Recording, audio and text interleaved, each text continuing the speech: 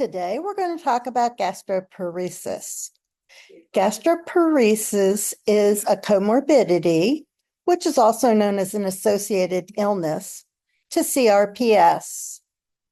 Gastroparesis, the nerves that control the stomach, digestion, and digestive enzymes are all affected by the CRPS. It causes the food to stay in the stomach much too long. This can cause nausea, vomiting. It can also cause malabsorption of the nutrients in your food and is very uncomfortable. It is a chronic condition. We're only going to talk about the CRPS causes. So the nerves that run in the front and the back of the stomach are part of the parasympathetic nervous system. They control the contraction of the muscles that moves the food through the digestive system. There is a full range of severity, from the least severe, a person who has a full feeling all the time, who is constantly feeling nausea and is vomiting. They can still tolerate food.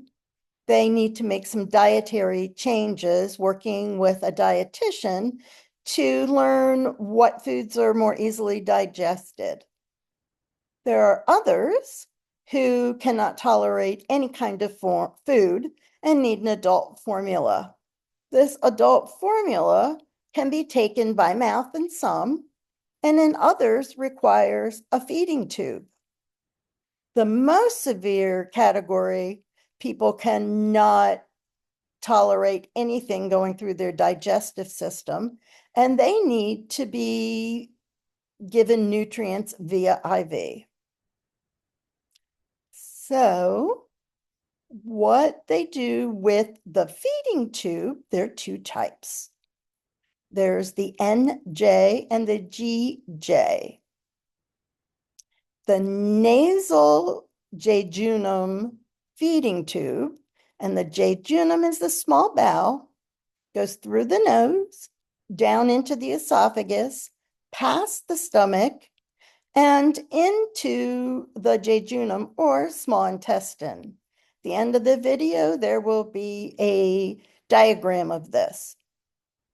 The GJ is a gastrojejunum tube, which is surgically placed in the stomach through the skin.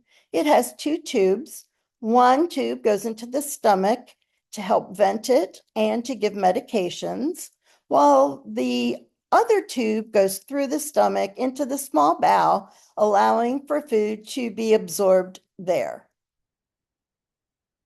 The way that gastric emptying or gastroparesis is diagnosed is by giving you a small breakfast with radioactive material in it. They then take radioactive studies at 1 hour, at 2 hours. By the end of 2 hours, they should see that your food has moved out of your stomach. In my case, it did not. So we had to wait an additional 2 hours to see if it had emptied. And at the 4-hour mark, there was still evidence of the radioactive material in my stomach. For me, dietary changes, small, frequent meals, and one medication, erythromycin, has helped get the food moving more quickly. There are different types of medications that can be used with gastroparesis.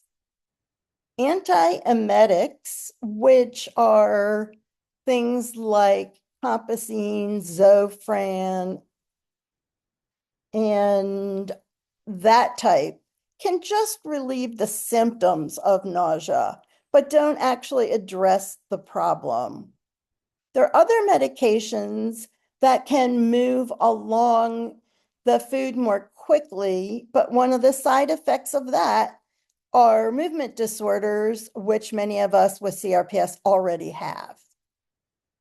In addition to the ways of feeding that have been described, treatment also can include Botox. It can include a surgically implanted stimulator, which stimulates the muscles to move. And then lastly, if you're unable to eat at all, you go to the formula. And you will see after the video exactly what these tubes look like and what the medications are.